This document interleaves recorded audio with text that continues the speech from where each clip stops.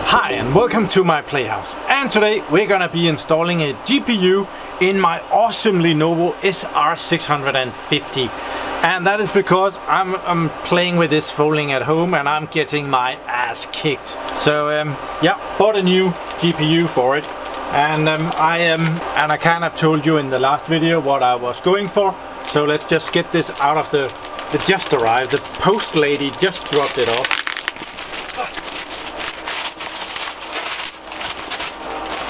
This time I went with an MSI, and it's an AMD Radeon RX 5700 XT. I know that the non-XT can be made almost an XT, but I really have some other limitations in my server. Like the cooling grills here, it's important that they run the right way for a server so that the air that is coming in front of the server can go out the back, and many graphics cards will have the cooling on the opposite way, and that's just not as great.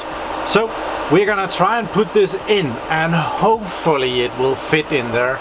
I haven't really checked. I kind of checked that it wasn't too long, but it might still be too wide and I might run into trouble, and we might have to find another server for it, and maybe even go into my workstation if it doesn't fit in here.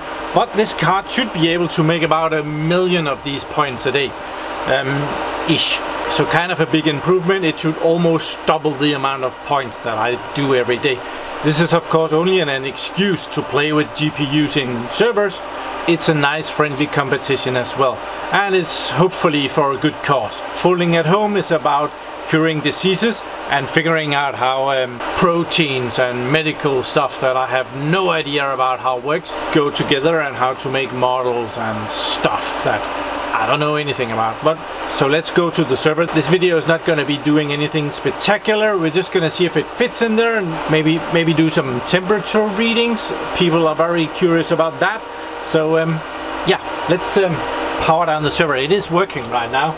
So and this server with the CPU that it has makes about 75,000 points a day. So with the new GPU, it should be doing over 1 million, maybe even 1.1 million. So the server has just shut off, and I'll go around the back and remove the cable so that we can take it out of the rack. So in the last video we put in these two riser cards. I only have one CPU, so only this riser card and actually this slot right here is active. And I bought the new GPU short because the CPU cooler is right here. I read all the comments of my videos, and someone actually told me something that I did not know. There is a GPU mod for this server where you replace this piece of plastic and this CPU cooler with a low profile one, so that the graphics card can go over the CPU over here, and you can put in a longer GPU. So that was awesome. I don't have that one, but it was awesome to know that it exists. So very important to read the comments on my videos. There are some really smart people out there. So let's get this MSI card out of the box and see if it will fit in my server. Oh dear, oh dear, oh dear, I hope so. Some other packaging than last time. We have some... There's a bit more stuff in this one. True gaming. Some...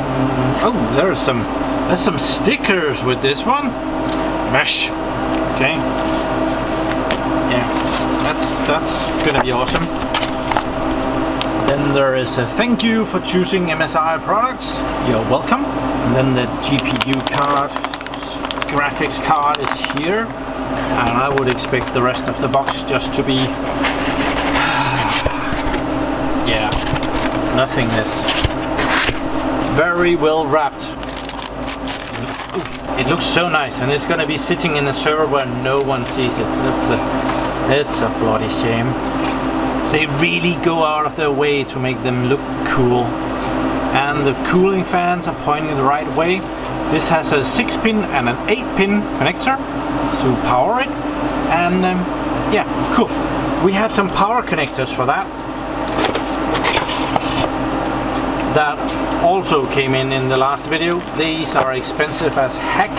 I was pointed to the fact also in the comments of the video that this is a special connector. It's not your regular 8-pin connector.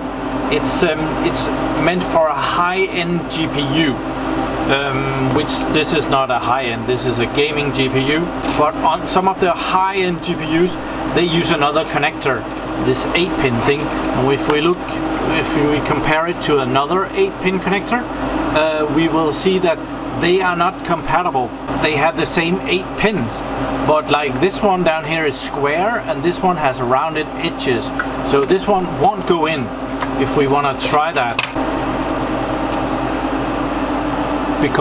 because of the square plastic here and the rounded plastic here.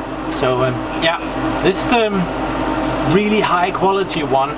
I pointed out that I felt that the cables was thicker on this one, and I think this is actually meant for transporting the 225 watts of power on the system board on this mini 8-pin connector to this connector. The standard itself is for 235 watts, so my server is lacking 10 watts for providing the maximum amount of power. So yeah, that was also in the comments of the last video. I also become way smarter every time. So we need the connector with a 6-pin and 8-pin. I think it's that one. Here we are. 6-pin and an 8-pin. And those. So let's get this box out of the way. And let's have the riser card up, up and away. Come on, yes. Oh. And there's a really good thing with this server. The fans are gonna be pointing down, and there's more air down there. It has its own fans. That's not normal in a server GPU setup, but well, this one has, and I'm not gonna remove them. I think this is gonna go good. It looks promising.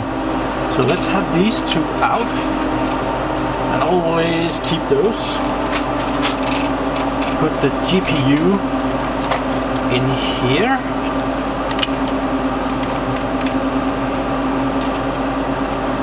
Maybe there's a thumbnail right there.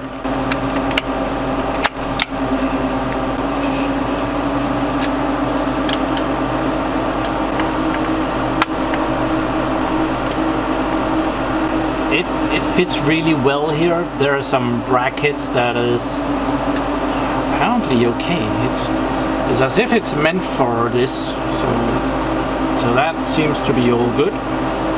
Close the plastic down, lock that in place. I'm worried about this piece, if that is too high, but it looks not to be bad, so wow.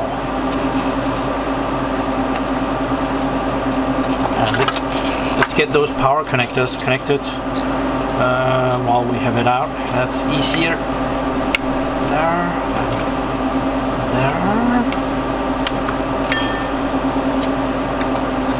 And then pop this in.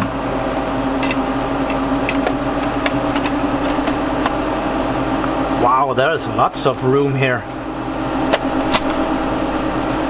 I must have miscalculated. There's centimeters to spare. Like 2 fat fingers. I have 2 power plugs on the system board that each supplies 225 watts. There's one here and there's one right down there. The other one is just outside of view. This one says GPU number 2 and this one says GPU number 1. So we're gonna try that one there.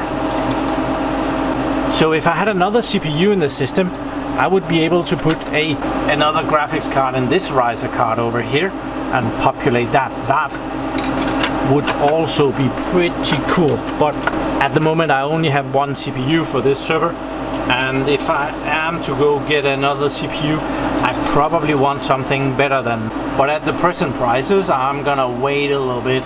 These are still a bit expensive. I need an identical pair of CPUs to go in here. This looks awesome, looks great. So let's put the cover on and try this out. Connected the server again, and right now it's blinking very rapidly, and I'm normally not able to turn on the server while it does that, but as soon as it stops blinking this rapidly and slows down the amount of rapidly blinking, well, I should be able to turn it on again. Right now it's booting the management adapter in the server, and when it's done that, like right now, it blinks way more slowly, and now I can turn it on and the LED stays on and the server boots. I hope we don't have to go into the BIOS to turn off. We might have to. I'll go check. Sometimes the BIOS is set up to use the external graphics card, and if we do that, well, I have to go around the back and connect another screen to it, and as this is a VGA connection, well, that graphics card does not have anything that looks like a VGA connection, so I will run into problems if I try that. So I hope that I'll be able to go into setup to always use the built-in graphics card in the server. So that looks like this. It's under Wi-Fi settings, system settings, and then active video, and here it says onboard device, and if we click that down, we can also pick add-in device, and if we pick that, well, our screen will go blank when it boots, and that's a problem. So Server 2019 is up and running again, and it sees our new GPU here. It calls it a Microsoft Basic Display Adapter. Not for long. I need to put the new AMD driver on here, and it's bad practice to go on the internet on a server, so I went into my normal work machine and I downloaded the driver there. I transferred it to my NAS, which is this window, and then I copied it over to the server from the NAS. So I have them there. I downloaded the AMD driver for the RX 5700 XT, and I also downloaded GPU Set, which is an awesome tool to have on here. Let's put the driver on there first. It's a Windows 10 driver. They don't make specific drivers for Server 2019, but we'll put that on there.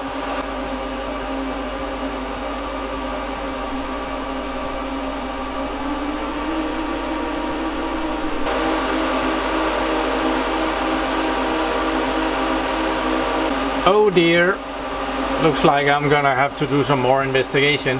Oh, okay, I got it successfully installed or updated.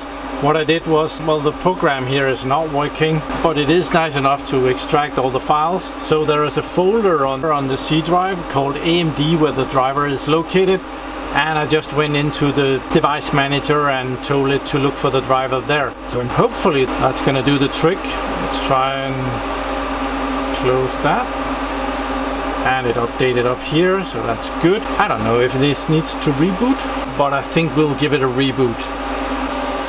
It's never as easy as it looks, or should be. Yeah, when I rebooted the system, it booted and then it crashed. I did that a couple of times, and well, yeah, it comes up with a nice blue screen telling you that something unexpected has happened, and it's now gathering information, and it boots, and well, it does that over again. So I had to go into safe mode, and I have disabled the driver here. I was able to do that. So let's see what happens if we enable it again. Enable device, I mean. See if it dies on me when we do that. Let's just give it a little bit. 10, 9, 8, 7, 6, 5, 4, 3, 2, 1. Nothing yet. Let's see if Folding at Home sees it. System information. It sees the card. Wonder if it will work. So let's try and add it. Configuration. Slot. And it only has a CPU slot. So let's add a slot and make that a GPU slot. There. Okay, and save. And I do believe this version that I have here is pretty broken, so it did not do that. See, it's missing again, so we can add it once again. Save, and there it added a GPU.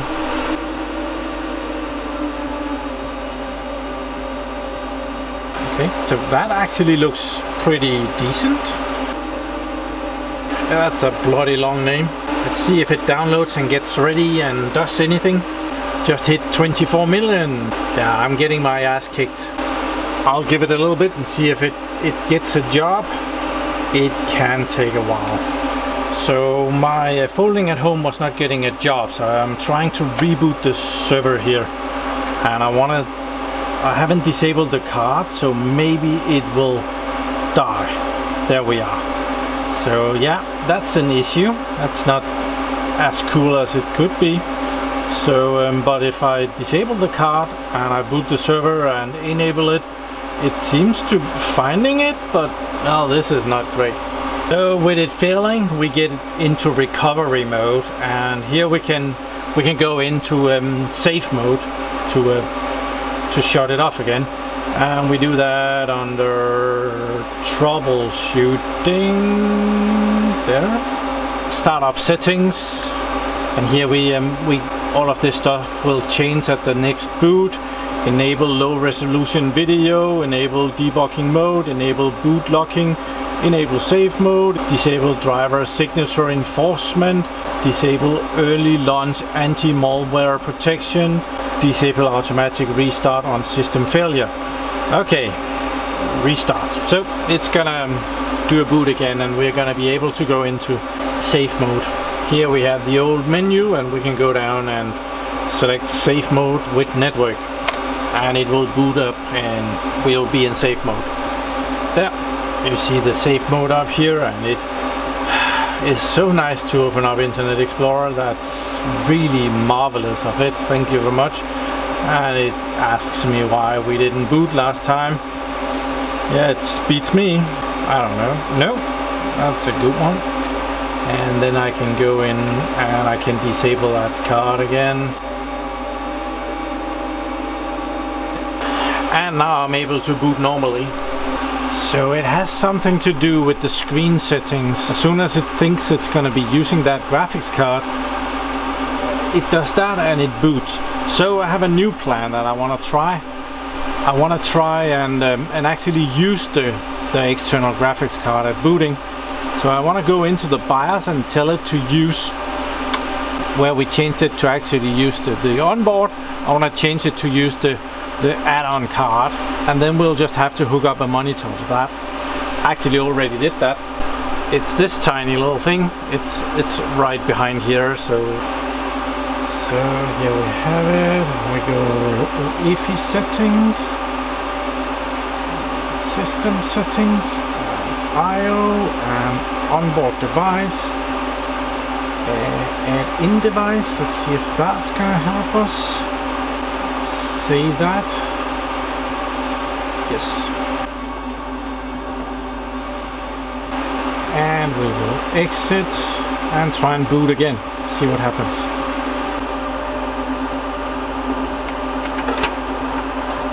There we are.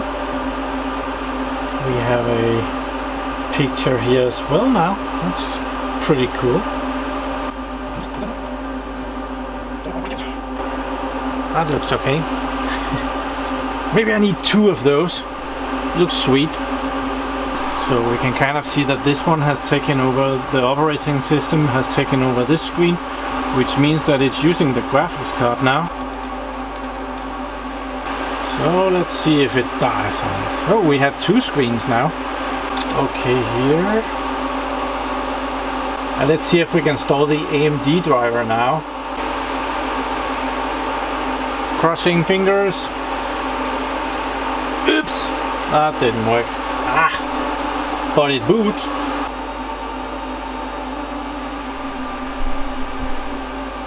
Oh, and it's folding on the GPU.